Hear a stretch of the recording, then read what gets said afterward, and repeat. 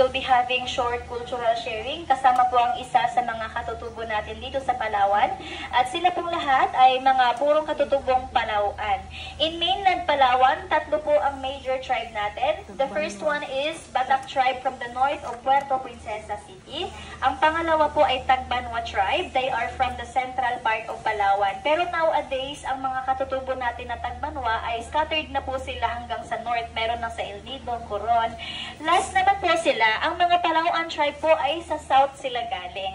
And this village, it became their temporary home since 1976. Wow. Hindi talaga sila taga rito, pero noon pa man, may mga members na sa kanila na nagsistay dito. It became their shelter away from the mountain. Kapag nagbebenta sila sa market, kapag nagdadala ng mga products, dito sila nanunuluyan. Pero hindi pa po yun open in public. Naging livelihood program po to way back 2013. So na-open ito, and dahil ang dahilan po ay yung kanilang tribe's culture, traditions, unti-unti na pong nawawala because of life's modernization. So dito po, we encourage them to continue to learn and practice.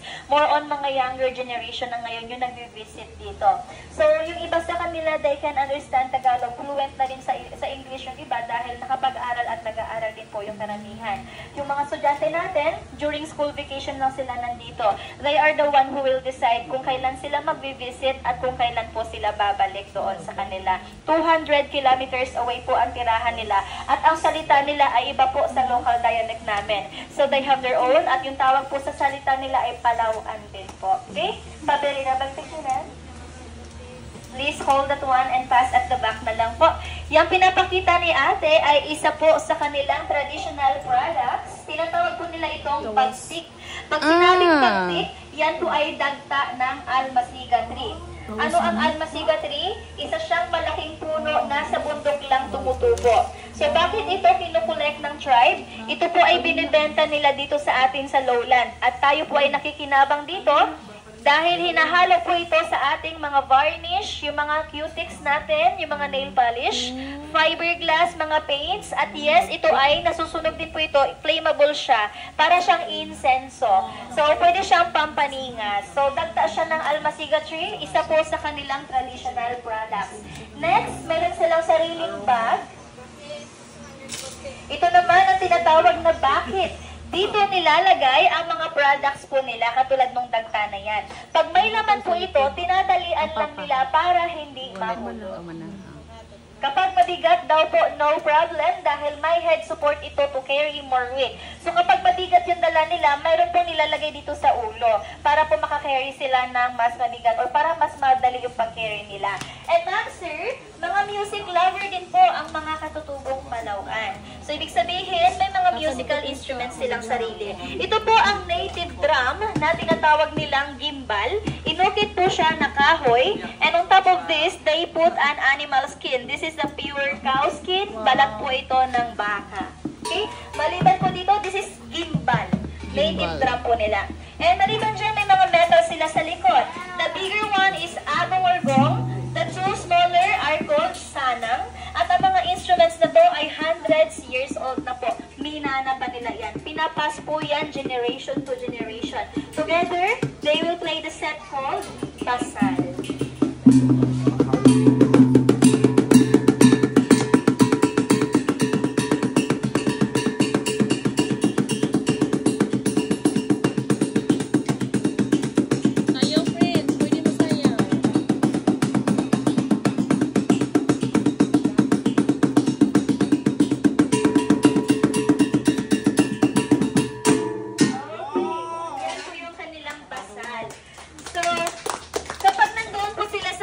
Nila, piniplay nila yan ng mas matagal habang nagda-dance yung mga babae. Pero ma'am sir, hindi po sila sumasayaw to entertain guests or tourists dahil ang tribal dances sa kanila ay rituals or sagrado. Nagda-dance lang sila pag may mga prayers or kasal. Next naman po is their own guitar. Kung nakita nyo na po or nabasa nyo sa books natin, ito po ang tinatawag na kudyapi or kudlungan. Kudyapi? Isa po yan sa oldest guitars natin. Ma'am sir, pwede kayo mag-transfer Prince, So yung kudyapi po, yan ay dalawang string lang. At isa po sa kauna-unahang gitara dito sa Pilipinas. So, ibig sabihin, nauna po ito sa mga 6 strings or modern guitars natin. Okay? Ngayon po, i-play nila ang music na tinatawag nilang bogit. Pag sinabing bogit, it means bird song. Bogit, bird song.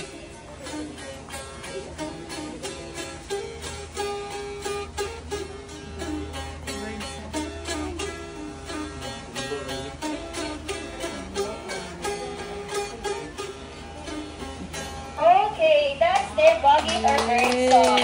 By the way, yung mga music ng tribe, more on about nature or kalikasan. Kasi noong unang panahon, marami sa kanila ang animists. They believe in the spirit of nature.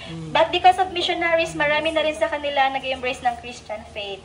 Then may mga nag-embrace din sa kanila ng Islamic faith. Yun naman po ay mga panimusan. When we say panimusan, sila ay katutubong Palauan na nag-embrace ng Islamic faith. This is aruding. It's also a musical instrument na gawa lang po sa piece of palm or batbat. May beeswax po dito. Ito yung adjuster ng sound. Piniplay po nila through vibration. So, ginagamit nila ang mouth and hands nila to create an amazing sound. And they usually play this with the group para mas malakas ang maproduce nila na tunog.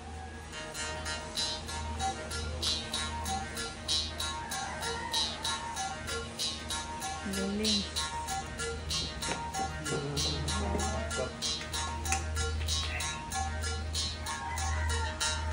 Okay, ganyan sila mag-play ng aruding.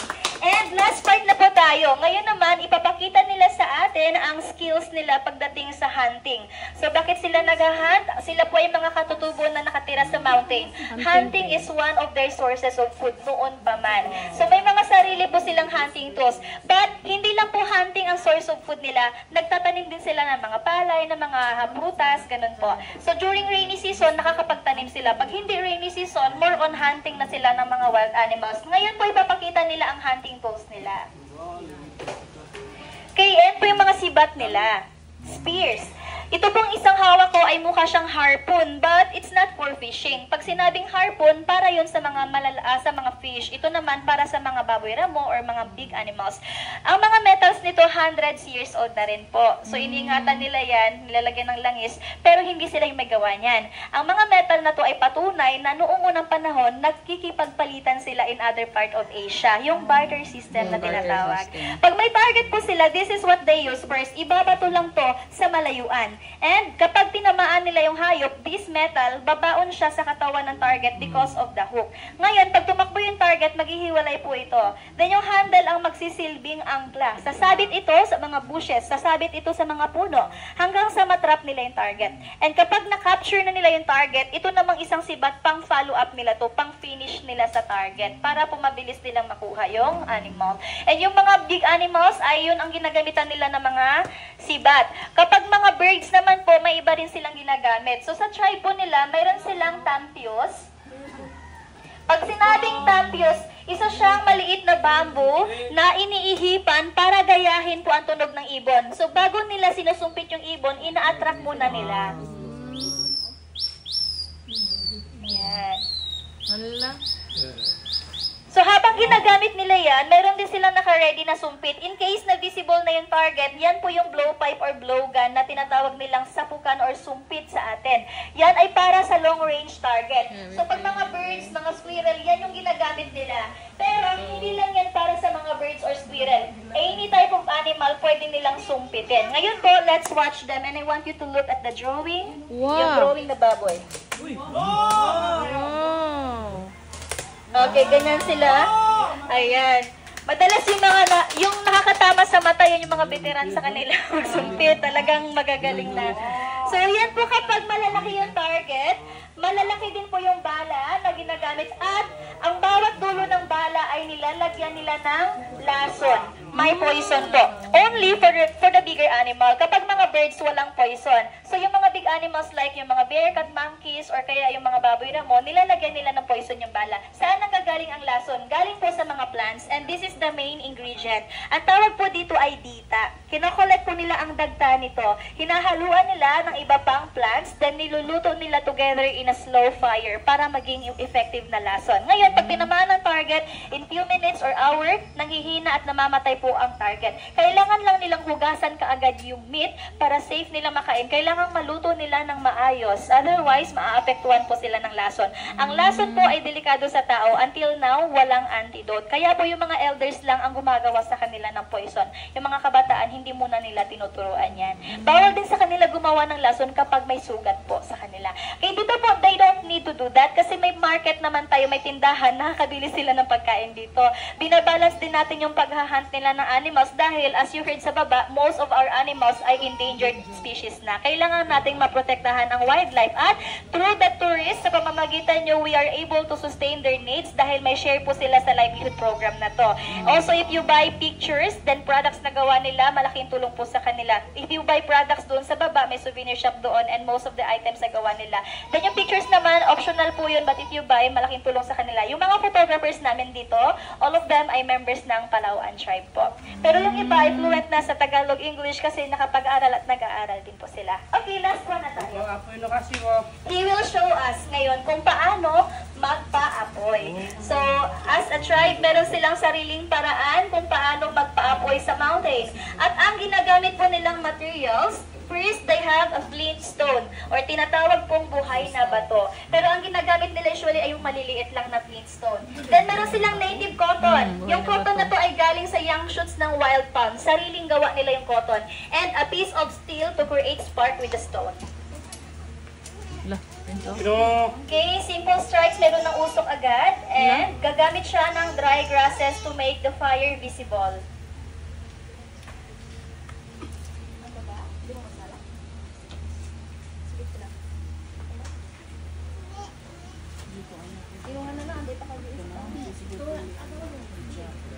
Ayan, sa paraan ng pagpapaapoy sa kanila, kinakailangang matyagang umihip. Yung iba naman yung kinakayas, pero mas nakakasagod yung bamboo na kinakayas. Ito blow lang ang blow. So, yan po yung, yan. Makikita nyo na yung fire galing sa dry grasses. Wow! Okay. So, even up to this day, yung mga kasamahan nila na nandoon pa talaga sa bundok, ay yan pa rin po yung ginagamit na paraan. Okay, ito naman po ay torch or light nila sa mountain. Ang 1 foot nito naglalas po ng 3 up to 5 nights or depende sa paggamit nila.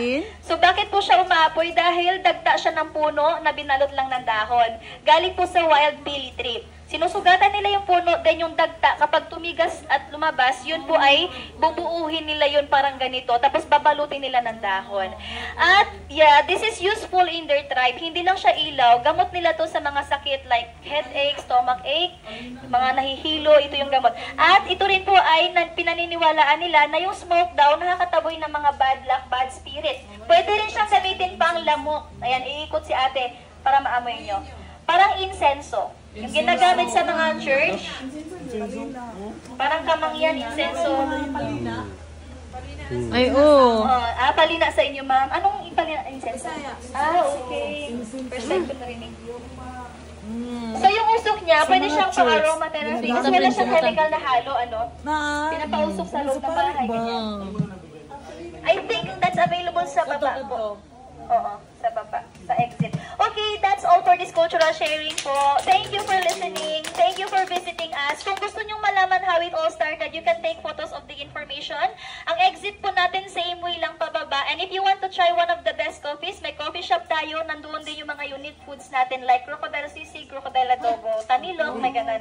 And if you want to take photos, may snakes sila. Ilalabas po nila yung python. Non-venomous po yun. Pwede nyo hawakan. Sila yung mag-assist.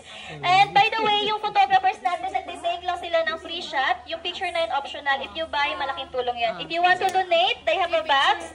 That's a great help sa kanila po. Thank you!